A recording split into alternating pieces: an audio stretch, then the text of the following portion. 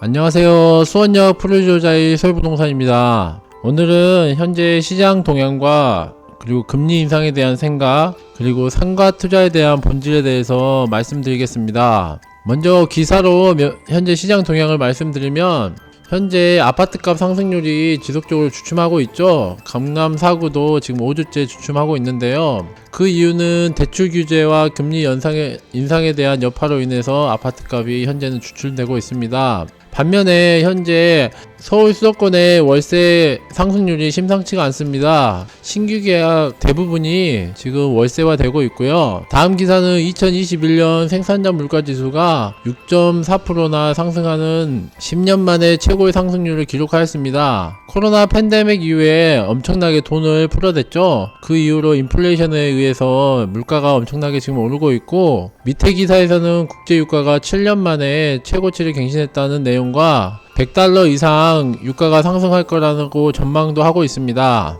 다음 내용은 현재 대출에 관련된 내용인데요. 2021년 1월부터는 차준위 단위 DSR 규제가 2단계가 시행되고 있습니다. 그리고 3단계는 2022년 7월부터 시행될 예정인데요. DSR 규제로 인해서 앞으로 더 돈을 빌리기 어려운 환경에 놓여 있다고 볼 수 있습니다. 또한 주택담보대출 같은 경우도 현재 기사에는 7%까지 얘기 나오고 있는데, 현재 지금 주담대 같은 경우 4% 수준에서 대출이 현재 실행되고 있고, 기존에 우대금리를 많이 받았던 분들 역시 현재는 우대금리 적용이 굉장히 어려운 부분이 있어서 거의 대부분 4% 초반대에 대출이 실행되고 있다고 생각하면 될 것 같습니다. 이렇게 대출 금리가 올라가고 DSR 규제를 받기 때문에 대출 총액 역시 작아지기 때문에 현재 아파트 매입 수요가 굉장히 줄어들고 있다고 볼 수 있습니다. 얼마 전 기준금리를 또 한 차례 인상하였죠. 밑에 그래프는 2008년도부터 현재까지 기준금리 변화 추이를 나타낸 그래프입니다. 2008년 이후 서브프라임 이후에 기준금리를 2%까지 급격하게 하향하였고, 2012년 유럽 재정위기 때문에 기준금리를 1.25까지 지속적으로 하락한 경험이 있습니다. 또한 미중 무역전쟁과 코로나 때 기준금리를 내려서 0.5%까지 기준금리를 하향하였죠. 하지만 서울 수도권의 집값 같은 경우에는 2015년도부터 상승을 시작하여 현재까지 상승 곡선을 유지하고 있습니다. 앞으로 기준금리가 얼마나 오를 수 있을까요? 제 생각에는 2%를 넘기기는 쉽지 않아 보이고요. 역사적으로 전고점을 넘긴 적은 거의 없습니다. 다음은 한국과 미국의 기준금리 차이를 나타낸 그래프입니다. 현재 미국은 0.25%, 한국은 1.25%로 약 1%의 갭을 보여주고 있고, 미국 역시 올해 3월에서 6월 달에 기준금리 한 차례 인상을 예고하고 있는 상황에서 올해 최소 2차례 이상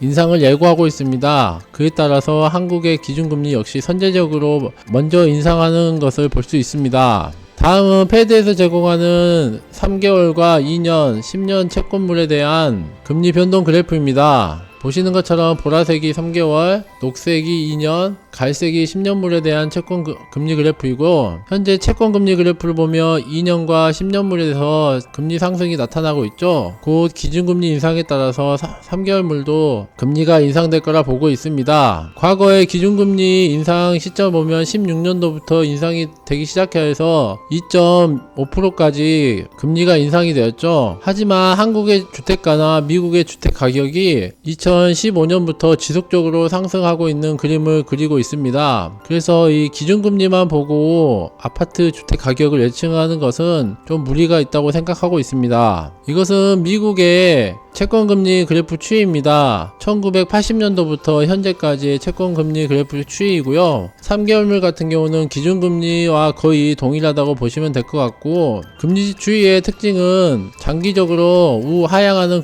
곡선을 그리고 있습니다. 또한 채권금리의 정고점이 넘지 않은 한에서 금리가 상승이 이루어졌다는 것을 알 수 있었습니다. 앞으로 이 특징을 보고 얼마나 오를지 대략적으로 예측해 볼 수 있는데요. 미국의 금리 금리 역시 2에서 2.5%까지 오를 수 있는 가능성이 있고, 이 정도 금리 상승이 오게 되면 아무래도 시장 충격을 한번 생각을 해보셔야 될 거라고 생각합니다. 과거에 역사적으로 금리 고점 이후에 시장 충격이 지속적으로 발생하였습니다. 이번 코로나 사태 경우에도 마찬가지로 금리 2.5% 이후에 금리 하락이 시작되었고, 우연의 일치인지 모르겠으나 코로나가 발생하고 나서 엄청나게 유동성을 공급하면서 경제 침체를 극복하였습니다.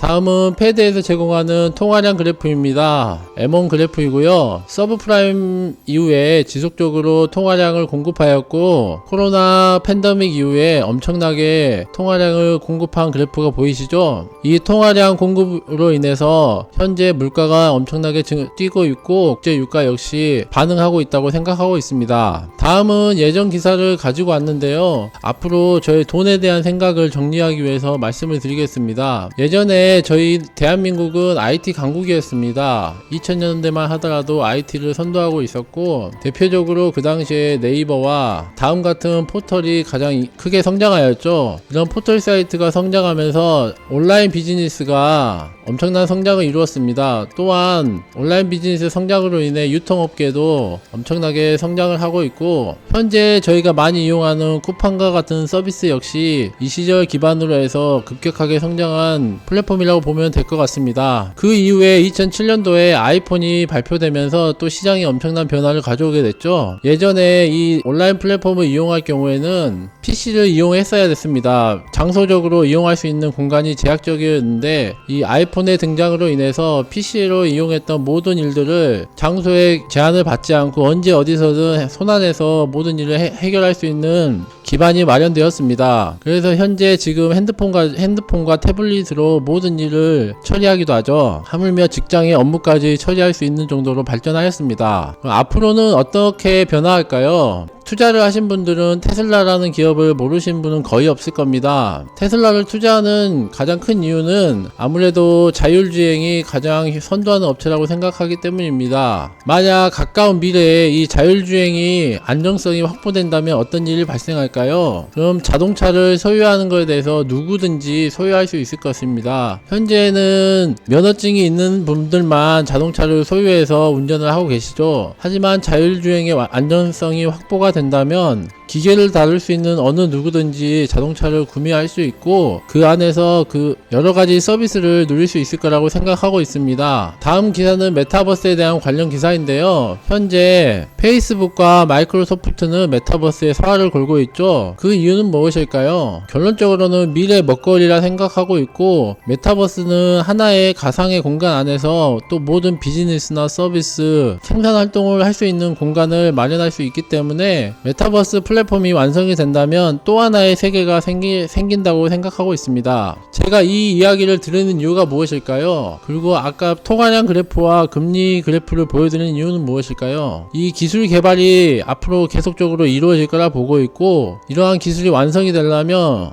결국 시중에는 엄청난 돈이 풀려야 된다고 생각하고 있습니다. 그렇게 되면 자동으로 우리가 소비하는 물가는 인상이 될 수밖에 없는 구조라고 생각하고, 앞으로 돈은 팽창할 수밖에 없는 구조로 생각하고 있습니다. 그럼 돈이란 건 무엇일까요? 결국에는 어떤 재화나 서비스를 이용하기 위한 수단일 뿐입니다. 종이지폐는 사실 어떠한 가치도 없고 서로 약속된 수단일 뿐이라는 겁니다. 결국에 돈은 인류가 성장하느나 무한히 팽창할 수밖에 없는 구조를 가지고 있다고 생각하고 있고, 앞으로 더욱더 많은 돈의 팽창을 예고하고 있다고 생각합니다. 그럼 저는 왜 지금 상가 투자를 얘기를 드리는 걸까요? 기술이 개발되면 개발할수록 이제 사람의 노동력의 한계는 분명히 옵니다. 현재도 마찬가지로 많은 부분들이 기계로 대체되고 있죠. 빅데이터 기반으로 미래를 예측하고 AI를 통해서 어려운 일들을 많이 해결하고 있습니다. 결국에 사람의 노동력이 많이 줄어드는 시대가 올 거라고 보고 있습니다. 그럼 그런 분들은 어떻게 살아가야 될까요? 아무래도 많은 부분 정부에서 보조금을 지급해 주겠죠. 그래서 앞으로의 미래를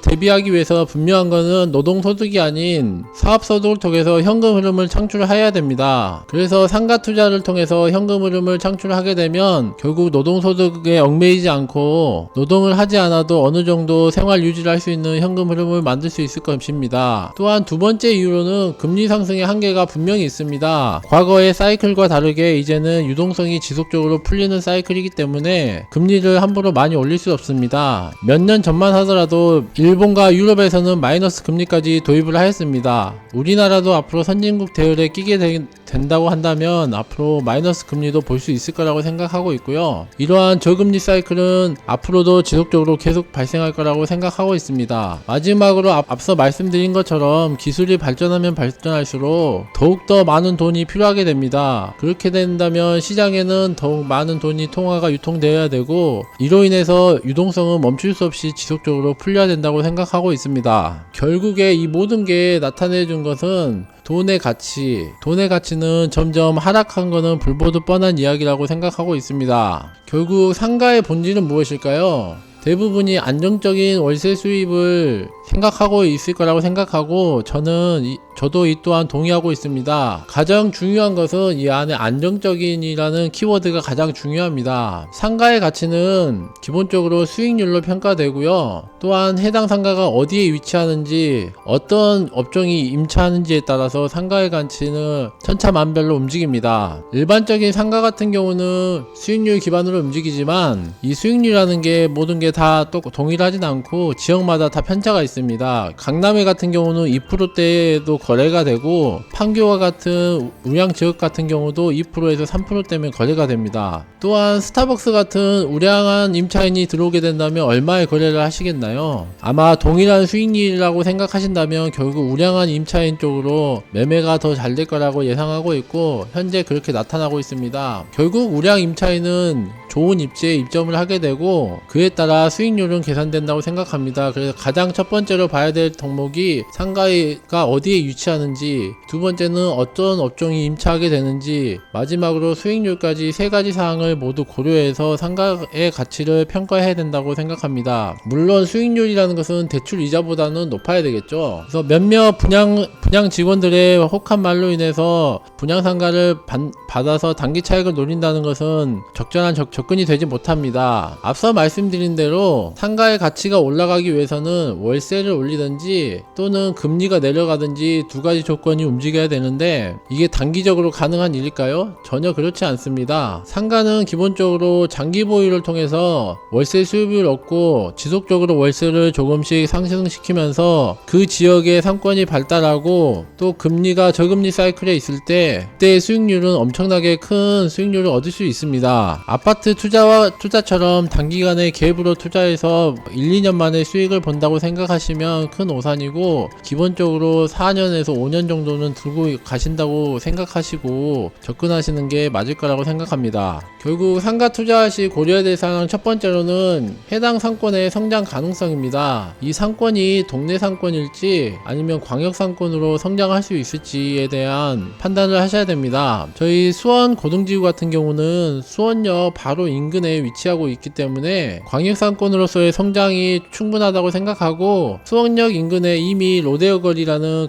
광역 상권이 자리 잡고 있습니다. 그럼 앞으로 수원역이 어떻게 발전하냐에 따라서 이 지역의 상권 형성이 결정이 될 텐데요. 수원역은 대표적으로 이제 GTX 신호시선이 예정되어 있죠. 또한 복합 환승센터로 BRT 노선까지 예정이 되어 있습니다. 그렇기 때문에 남부권에서는 교통의 중심이 될 거라고 예상하고 있고, 이 GTX 신호선으로 인해서 강남 삼성까지 30분 안에 주파하기 때문에 수원에서 거주하는 분들의 이 교통시설을 이용하기 위해서 많은 분들 몰려들 거라고 생각하고 있고, 서울로 진입하는 교통의 거점 지역으로 이 지역에서도 여러 사람들이 모여서 상권을 이용하는 수요가 생길 거라고 예상하고 있습니다. 그럼 앞으로 로데오 거리와 이 고등지구의 이 상권은 광역 상권으로서 더 성장할 수 있을 거라고 예상하고 있습니다. 두 번째 고려사항입니다. 기본적으로 현재는 코로나 팬데믹 이후에 중심 상권이 많이 쇠락하였죠. 하지만 주거지를 배후로 하고 있는 근린 상권은 굉장히 선방하고 있고 오히려 더 잘 되는 지역도 많이 있습니다. 그래서 현재 트렌드는 배후 수요를 무조건 파악하고 들어가는 게 상가의 투자에 실패를 하지 않습니다. 현재 고등지구 안에 도보 500m 이내에 현재 세대수는 약 10,000세대 가까이 되는 세대수를 확보하고 있고, 고등지구 내에 앞으로 오피스텔이 2,000세대가 입주를 예정하고 있습니다. 또한 여기 8달 3구역 재개발 지역이 2026년에 완공 예정으로 진행하고 있고요. 그렇게 된다면 아파트 세대수만 약 6,000세대, 오피스텔 세대수만 약 2,000세대, 주택 세대수만 약 3,000세대가 넘는 수요를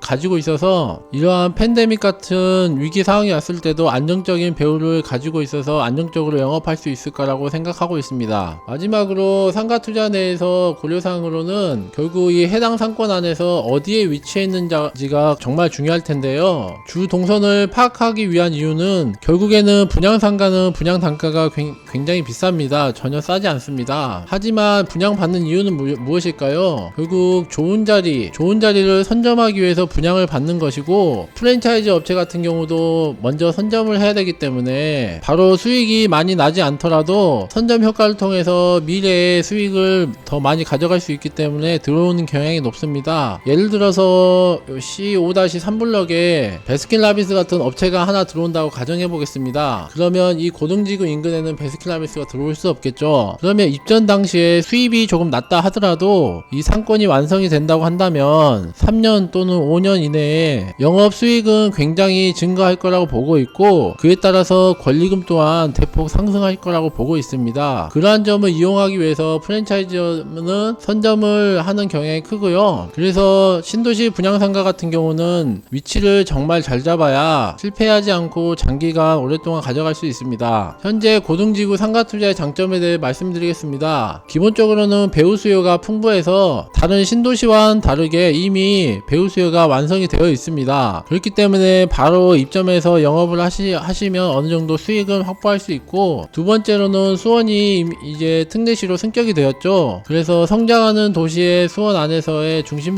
상권으로 기대할 수 있는 상권에 진입할 수 있는 기회입니다. 세 번째로는 수원역이 광역교통망으로서 수원을 대표하는 교통의 중심 지역입니다. 수원역이 성장하면 성장할수록 인근 상권은 광역상권으로 성장할 것이고, 그러면 해당 배후 수요뿐만 아니라 2차, 3차 상권까지 노릴 수 있는 상권으로 성장할 수 있습니다. 네 번째로는 해당 고등지구는 아파트 세대와 오피스 세대가 복합적으로 어우러져 있습니다. 그래서 주간 또는 야간 상권이 둘 다 활성화될 수 있을 거라고 예상하고 있습니다. 현재 고등지구의 분양 현황을 보시면 C5-3블럭 이 자리에 SJ타워가 분양이 완료되었고 현재 거의 완판 단계입니다. 규모는 지하 3층부터 지상 8층까지 올 근린 상가이고요. 해당 상가의 장점은 아파트 배후 수요가 이미 입주가 완료되었기 때문에 길만 건너며 이용할 수 있는 상가입니다. 때문에 상층부는 학원과 병원 자리로 많은 부분 임차가 될 거라고 예상하고 있고, 1, 2층은 해당 상권을 이용하기 위한 수요들이 모여들어서 먹자골목이나 판매점으로 많이 이용할 거라 예상하고 있습니다. 또한 해당 상가의 위치가 아파트 입주민들이 수원역을 가는 동선 안에 물려있기 때문에 굉장히 가시성과 접근성이 좋은 상가 위치입니다. 그래서 현재 거의 완판 단계에 있는 상가입니다. 두 번째로는 수원역 프루지오자이 아파트 바로 앞에 있는 고등 서밋플렉스 상가입니다. 이 상가는 1층부터 5층까지가 상가고 6층부터 9층까지가 오피스텔로 이루어져 있습니다. 이 상가 역시 아파트 입주민들이 수원역으로 가는 도보권에 물려있기 때문에 접근성과 가시성이 매우 좋은 상가라고 볼 수 있습니다. 현재 1, 2, 3층은 모두 분양이 완판되었고 4층, 5층 일부 호실이 남아있는 상황입니다. 세 번째로는 이 수원 고등지구 이 고등사거리 코너 자리에 있는 서영 더엘 1차 오피스텔 상가입니다. 1층만 상가이고 2층부터 11층까지 오피스텔 200세대가 입주 예정입니다. 현재 해당 상가도 잔여 물량이 일부 남아있는 상황입니다. 네 번째로는 서영 아너시티 상가입니다. 해당 상가는 고등지구 진입하기 위한 버스 정류장 바로 앞에 있는 상가로서 이 수원 고등지구 외부 인구들이 고등지구로 들어오기 위한 초입에 있는 상가이기 때문에 접근성과 가시성이 매우 좋은 상가고, 서영 아너시티 옆으로 6m 보행자 도로가 있어서 이 안쪽으로 많은 사람들이 들어올 거라고 예상하고 있습니다. 현재 서영 아너시티도 모든 상가 호실이 완판이 되었습니다. 다음은 서영 아너시티 옆에 있는 웨일 에비뉴 레비뉴 상가입니다. 1층부터 7층 규모로 상가가 건축되고 이 역시 버스 정류장 바로 뒤에 있는 상가이기 때문에 외부에서 접근하기 좋은 상가입니다. 웨이 레비뉴 역시 잔여호실이 좀 남아있는 상황입니다. 전체적으로 수원 고등지구 상가 현황에 대해서 말씀드렸는데요. 항공뷰를 먼저 보시면 현재 고등지구 안에만 아파트 세대수가 약 5,000세대가 거의 입주가 완료 단계입니다. 또한 이 밑으로 주택가로는 8달 3구역이 있죠. 8달 3구역은 1171세대가 2026년 입주를 목표로 재개발이 진행되고 있고요. 현재 고등지구 안에 상가는 거의 분양이 완료 단계에 있습니다. 고등 서밋플렉스 같은 경우는 수원역 푸르지오자의 아파트 주 출입로 바로 앞에 있는 상가로서 굉장히 가시성과 접근성이 높은 상가이고 4층과 5층 일부 호실만 현재 남아있는 상황입니다. SJ타워는 분양이 거의 완료 단계이고 잔여 호실이 한두 호실 정도만 남아있는 상황입니다. 그리고 서영 더엘 1차는 1층 상가 잔여 호실 조금 남아있고 웨이 레비뉴는 잔여 호실 좀 남아있고 서영 아너시티는 전호실 완판이 되었습니다. 앞으로 고등지구에 이제 상가가 들어올 자리가 거의 없고 이제 앞으로 오피스텔로 다 예정되어 있습니다. 파란색 택지는 아마 브랜드 있는 오피스텔 업체가 들어올 예정이고요. 이 노란색은 힘찬건설이 힘찬 헤리움 브랜드를 들고 오피스텔 분양을 진행할 예정입니다. 그리고 이 녹색 위치는 서영 더엘에서 2차, 3차, 4차 오피스텔 분양 예정이고 요 밑에도 지금 힘찬 헤리움에서 오피스텔로 지금 들어올 계획을 가지고 있습니다. 수원 고등 서밋플렉스와 SJ타워 그리고 서영 더엘 1차 상가 같은 경우는 아파트 세대수에 바로 인접해 있기 때문에 바로 영업이 가능한 위치를 가지고 있고 아무래도 서영 아너시티나 웨일 에비뉴 같은 경우는 이 뒤에 이제 오피스텔 세대수가 어느 정도 차야 수익성이 확보될 거라고 생각하고 있고 조금 시간은 걸릴 거라고 예상하고 있습니다. 앞으로 고등지구 미래의 한번 조감도를 보겠습니다. 요 밑에 이제 수원역이 있고요. 요 앞으로 수원에서 가장 임대료가 높은 로데오 거리가 위치하고 있죠. 그리고 현재 여기 집장촌이 위치한 곳은 현재 집장촌이 다 퇴거를 하였고 이쪽 지역으로 이제 리모델링 공사를 진행하면서 카페가 많이 입점해 있는 상황입니다. 그리고 이 밑으로도 상권이 현재 붙어 있는 상황이고요. 이 중간으로는 모텔이 이제 많이 위치하고 있는 상황인데요. 고등지구의 위치를 보시면 집장촌 위쪽으로 바로 붙어있는 위치입니다. 그렇기 때문에 수원역이 앞으로 개발되면 개발될수록 이 광역 상권과 이 고등지구 상권이 하나로 연계돼서 발전할 가능성이 굉장히 높다고 생각하고 있고 고등지구는 외부에서 들어오는 수요뿐만 아니라 인근의 주거지 이용객들이 이용할 수 있는 상권으로서 굉장히 안정성이 높은 상가라고 생각하고 있습니다. 어떠신가요? 제가 오늘 고등지구 상가를 소개를 하면서 상가 투자의 본질에 대해서 말씀을 드렸는데요. 절대로 분양지원께서 얼마에 전매를 할 수 있다 이런 말은 믿지 마세요. 믿지 마시고 장기적인 관점에서 이 지역에 어떠한 임차인을 입점시킬 수 있을 거라는 생각을 하고 접근하시는 방법이 맞을 거라고 생각합니다. 분양상가는 호실 위치별로 가격이 큰 차이를 보이진 않습니다. 하지만 상권이 형성이 되면 좋은 자리와 그렇지 않는 자리의 임대료 가격은 엄청난 차이를 보이게 되어 있습니다. 그렇기 때문에 좋은 자리를 분양받기를 말씀을 드리고 단기적인 시세 차익으로 접근하시지 말라는 말씀을 드리고자 오늘 영상을 켰습니다. 오늘 여기서 마치겠습니다. 감사합니다.